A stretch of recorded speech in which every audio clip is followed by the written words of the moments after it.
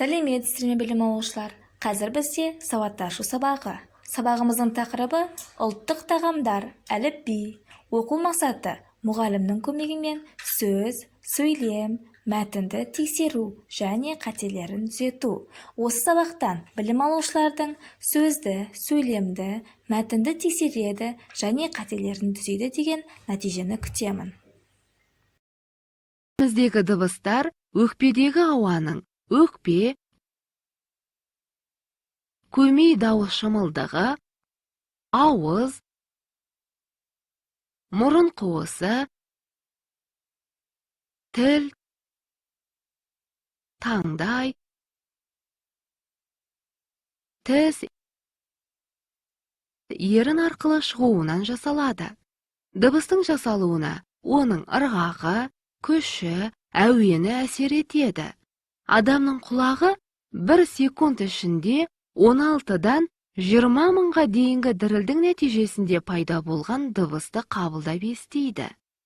Айтылған дыбыстарды қағаз бетіне түсіріп оқу үшін оларды графикалық таңбалармен белгілейді. Сондықтан оларды әріптер деп атайды. Бірінен кейін бірі рет-ретімен орналасқан әріптердің жиынтығы алфавит деп аталады. Қазақ тілінде орыс графикасы арқылы белгіленген 42 әріп бар. Дыбысты естиміз және айтамыз. Әріпті көреміз және жазамыз. Қазақ тілінде 12 дауысты А, Ә, И, Е, Э, О, Ö, О, Ү, У, А, Ә дыбыс бар. Дауысты дыбыстар өкпеден келген ауаның ешбір кедергіге ұшырамай, еркін шығуынан жасалады. Дауысты дыбыстар тілдің қатысына қарай жуан, А, О, О, және жіңішке Ә, Ү, Ү болып бөлінеді. Ал, әл, он, үн, от, өт, тыс, тіс. Дауысты жуан А дыбысының дауысты жіңішке Ә дыбысына өзгеруінен сөздердің мағынасы да өзгереді. Мысалы, ал, бір затты алу, алып қою деген мағынаны білдірсе, әл, күш, қуат, адам бойындағы қайратты білдіреді.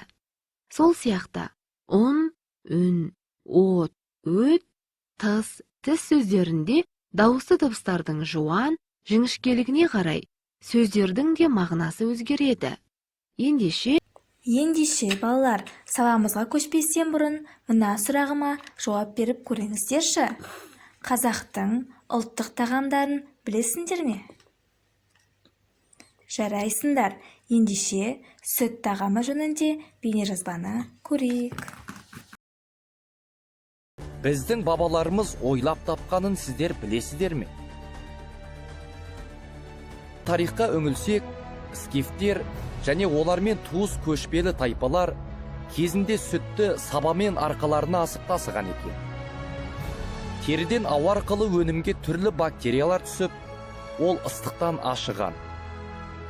Ал әрдайым шайқалудың арқасында сүт қою қышқыл сусынға айналған.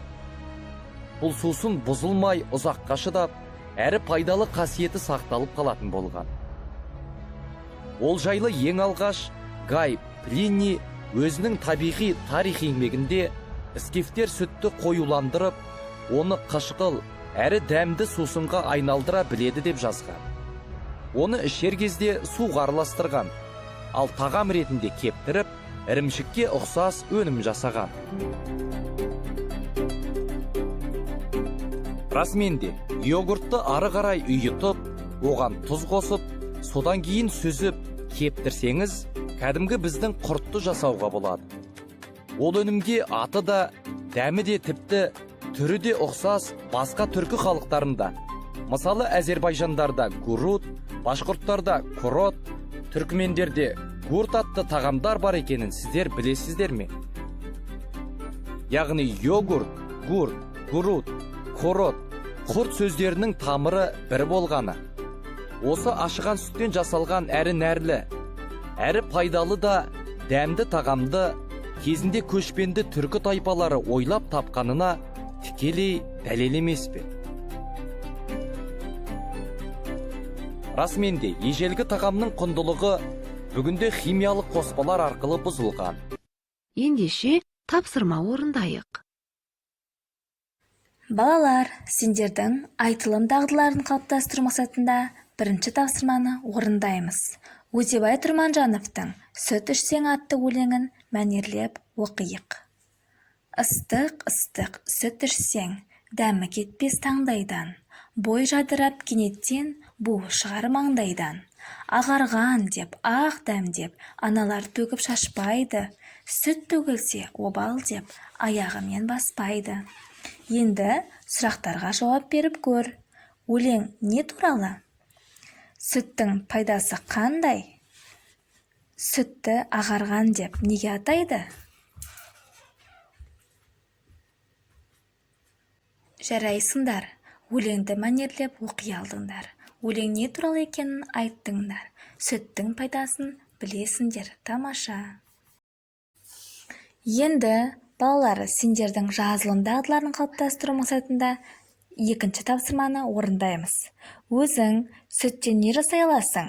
Соның рецептін жазып көр. Керемет! Балалар, сендер сүттен жасай алатын тағамын айттыңдар. Сол тағамның рецептін жаза алдыңдар. Үшінші тапсырма. Балалар, сендер мына сызба бойынша сүттен жасалатын тағамдарды атап жазып көреміз. Мысалға, май, тағы қандай сүттен жасалатын тағамдарды білесіңдер?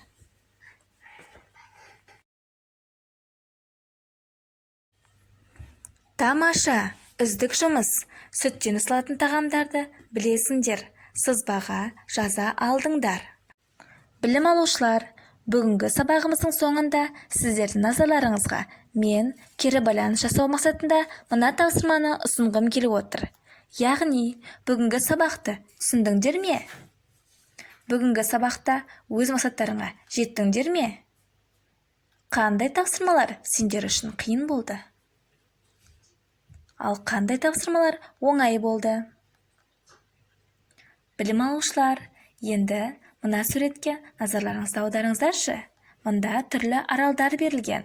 Мұнда мұң аралы, қуаныш аралы, күту аралы, ләззат аралы. Осы аралдардың сенің бүгінгі көңіл күйіңе қайсысы сәйкес келеді?